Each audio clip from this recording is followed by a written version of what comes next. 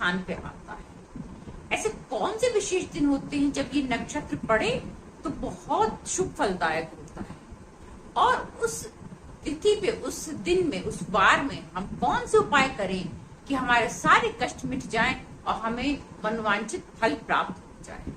आज का वीडियो समर्पित है पुष्य नक्षत्र। इससे जुड़ी विभिन्न जानकारियां आपको इस वीडियो में प्राप्त होंगी। नमस्कार दोस्तों, मैं अंजलि सक्सेना स्वागत करती हूं आपका अपने चैनल पर। यदि नए हैं तो सब्सक्राइब अवश्य कीजिएगा, नोटिफिकेशन बटन ऑन करके रखिएगा ताकि ऐसी अच्छी अच्छी जानकारियां आपको प्राप्त होती रहें। और अगर वीडियो पसंद आए तो एक लाइक अवश्य कीजिएगा। मेरी वीडियो पर अंत तक बने रहिएगा, बहुत अच्छी अच्छी जानकारियां आपको इसमें मिल सकती है। चलिए वीडियो को शुरू करते हैं और जानते हैं पुष्य नक्षत्र के बारे में। सबसे पहले जानते हैं कि नक्षत्र होते कितने हैं। नक्षत्र 27 होते हैं, उसमें पुष्य नक्षत्र का स्थान 8वां होता है। पुष्य नक्षत्र को नक्षत्रों का राजा माना जाता है। जैसे ग्रहों का राजा सूर्य है, वैसे ही नक्षत्रों का राजा पुष्य नक्षत्र होता है। यदि ये पुष्य नक्षत्र रविवार के दिन पड़े तो इसे रवि पुष्य नक्षत्र कहते हैं, और यदि ये गुरुवार को पड़े तो इसे गुरु पुष्य नक्षत्र कहते हैं। और इन्हीं दोनों दिन पे पड़ने वाले पुष्य नक्षत्र का विशेष महत्व होता है। इस दिन यदि कोई भी आप माँ लक्ष्मी को प्रसन्न करने के उपाय करेंगे तो माँ लक्ष्मी अति प्रसन्न होती है। इस दिन और भी कुछ विशेष उपाय किए जाते हैं जिससे आपकी सारी बाधाएं दूर हो सकती हैं, आपका जीवन सरल सुखमय हो सकता है। चलिए जानते हैं कि इस दिन हम क्या क्या ऐसे उपाय कर सकते हैं कि हम माँ लक्ष्मी को प्रसन्न कर सकते हैं। अभी फिलहाल में ये रवि पुष्य नक्षत्र पड़ रहा है। 2025 में ये 4 मई को पड़ रहा है, लेकिन ये सुबह शायद 2 बजे तक के आसपास तक ही है, इसलिए इसकी पूजा आपको जो भी उपाय करने हैं वो सवेरे ही करने हैं। वैसे लक्ष्मी जी की पूजा शाम को करना ज्यादा फलदायी होता है, लेकिन अभी जो है नक्षत्र, इस नक्षत्र में जब आप करते हैं तो नक्षत्र की अवधि देख के करना होता है कि किस समय से किस समय तक पुष्य नक्षत्र है, उस अवधि में आपको उपाय करने होते हैं। चलिए जानते हैं कि कौन कौन से उपाय आप कर सकते हैं माँ लक्ष्मी को प्रसन्न करने के लिए। सर्वप्रथम ये बता दें कि माँ लक्ष्मी को प्रसन्न करना है यदि आपको, तो आपको पीली सरसों का उपाय विशेष करना होता है। एक मैं बताऊंगी कि मीठा दीपक कैसे बनाते हैं, उसको अगर माँ लक्ष्मी के सामने जलाएंगे तो भी माँ लक्ष्मी अत्यंत प्रसन्न होती है। चलिए पहले जानते हैं पीली सरसों के उपाय।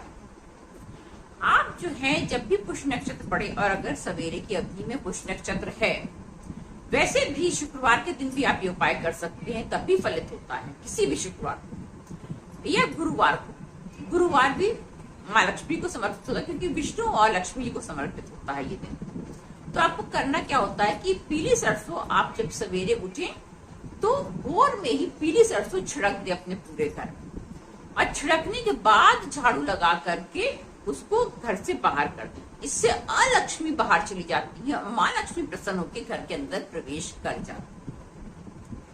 दूसरा उपाय क्या है कि आपको माँ लक्ष्मी के सामने पीली सरसों और कपूर का दीपक जलाना है,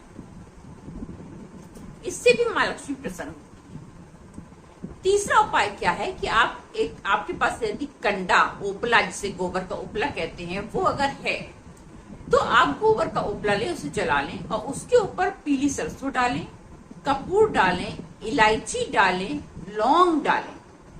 ये सारी चीजें यदि आप डाल करके, और तेज पत्ता हो तो तेज पत्ता एक उसके ऊपर डाल दें। इसकी धुनी अगर आप संध्या काल में पूरे घर में करते हैं तो माँ लक्ष्मी अत्यंत प्रसन्न हो जाती है। अब जानते हैं कि मीठा दीपक कैसे बनाया जाता है। मीठा दीपक बनाने के लिए आप या तो जो मिट्टी का दिया आता है वो लीजिए, या कोई भी मेटल का दिया, पीतल का जो दिया आता है वो लीजिए, और उसमें आप 4 बत्ती लगाइए। चौमुखी दीपक होना चाहिए। बहुत से लोग ये गलती करते हैं कि चौमुखी दीपक जब जलाते हैं 2 बत्ती को क्रॉस करके रख देते हैं और उसकी चारों ओर जला देते हैं। ये चौमुखी दीपक नहीं होता है। चौमुखी दीपक तब माना जाता है जब आप उस दिए में 4 बत्ती रखें और चारों को अलग अलग जलाएं। उसका हर बत्ती का एक सिरा जलना चाहिए, एक सिरा बीच में होना चाहिए। 4 बत्ती रखना है, तब वो चौमुखी दीपक कहलाता है। उसमें आपने 4 बत्ती रखी। 4 बत्ती रखने के बाद आप उसमें घी भरें। जो बत्तियों के ऊपर का हिस्सा होता है, जो पोर होते हैं बत्ती का ऊपर का हिस्सा होता है, वहां पर आप हल्का सा हल्दी का तिलक कर दीजिए या हल्दी लगा दीजिए ऊपर के कोने में। जो हिस्सा जलना है वहां पर आप थोड़ी सी हल्दी लगा दीजिए चारों बत्तियों में, और उसके बाद उस घी के दिए में आप थोड़ी सी पीली सरसों डाल दीजिए और थोड़ा सा बताशा डाल दीजिए। बताशे से ये दिया मीठा दिया हो जाता है। आप पीली सरसों स्किप भी कर सकते हैं, लेकिन मेन बताशा जरूरी है। बताशा जरूर डालना है, तभी ये दीपक पीला वो मीठा दीपक कहलाएगा। अब आपको संध्या काल में माँ लक्ष्मी के सम्मुख इस दीप को प्रज्वलित करना है। चारों बत्तियां जलनी चाहिए और उस समय आप माँ लक्ष्मी का कोई भी पाठ कर सकते हैं। कनकधारा स्तोत्र का पाठ कर सकते हैं, कुछ नहीं तो माँ लक्ष्मी का बीज मंत्र का जाप कर सकते हैं, और या उनका कोई भी मंत्र आप ले लें उसका जाप कर सकते हैं। श्रीम उनका बीज मंत्र है, इसका जाप कर सकते हैं। एक सबसे सरल और छोटा मंत्र होता है ओम श्रीम श्रीम श्रीम श्रीम श्रीम श्रीम श्रीम श्रीम। 8 बार श्रीम बोलना होता है। ये बहुत ही सरल छोटा मंत्र होता है पर बहुत प्रभावशाली होता है। एक माला आप इसका जाप कर सकते हैं कमल गट्टे की माला से। अगर कमल गट्टे की माला नहीं है तो आप ऐसे भी इसका जाप 108 बार कर सकते हैं, बहुत फलदायी होता है। रवि पुष्य नक्षत्र में, वैसे तो पुष्य नक्षत्र यदि गुरुवार को पड़ता है तो पीपल के पेड़ पे दिया अवश्य प्रज्वलित किया जाता है, ये बहुत अच्छा माना जाता है। परंतु रविवार के दिन पीपल के पेड़ पे दिया नहीं लगाया जाता है। अब इस दिन आपको कौन सा ऐसा विशेष पेड़ है जिसपे आप दिया लगाएंगे यदि, तो माँ लक्ष्मी भी प्रसन्न होंगी और गणेश जी भी प्रसन्न हो जाएंगे, आपकी सारी विघ्न हरेंगे। वो पेड़ है आंख का पेड़, जिसे हम अकुआ भी कहते हैं। आंख का पेड़, मदार का पेड़। अगर सफेद मदार हो तो वो अति उत्तम माना जाता है। ऐसा कहा जाता है कि सफेद मदार का पेड़ यदि आपके घर के सामने, गेट के सामने लगा है, बहुत शुभ फलदायी होता है, लेकिन घर के अंदर नहीं लगा होना चाहिए।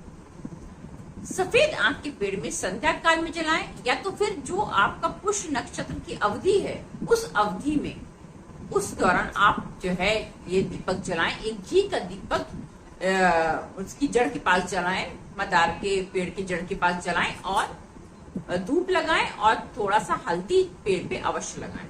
ऐसा भी कहा जाता है कि जो सफेद मदार होता है उसमें गणेश जी का वास होता है, उनकी जड़ों में गणेश जी का वास होता है। यदि आप कुछ समय तक उसको पूजे, 4-5 साल तक पूजे, और उसके बाद अगर वो निकाला जाए तो उसमें गणेश जी निकलते हैं, और उन गणेश जी को अगर आप अपने मंदिर में स्थान दे देते हैं और उनकी नित्य पूजा करते हैं उस जड़ की, तो गणेश जी आप पर अत्यंत प्रसन्न होते हैं।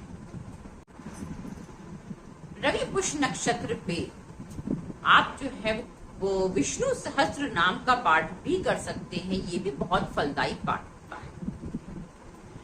ऐसे छोटे छोटे उपाय करने से हम माँ लक्ष्मी को प्रसन्न कर सकते हैं।